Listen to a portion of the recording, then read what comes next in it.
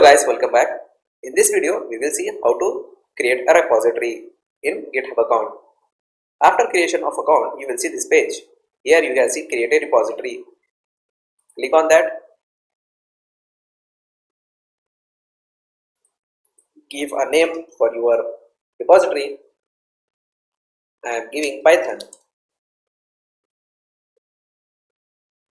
Select if you want public or private. If you want to keep it private, you can select this one. I want to keep it public.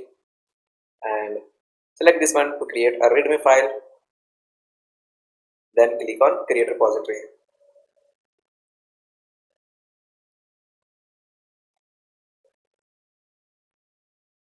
You have created one repository named Python.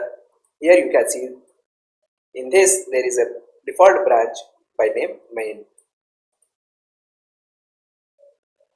This is how you can create a repository in your GitHub account. Later on we will see how to upload the code in this repository and how to create branches. Hope you like this video. Thanks for watching.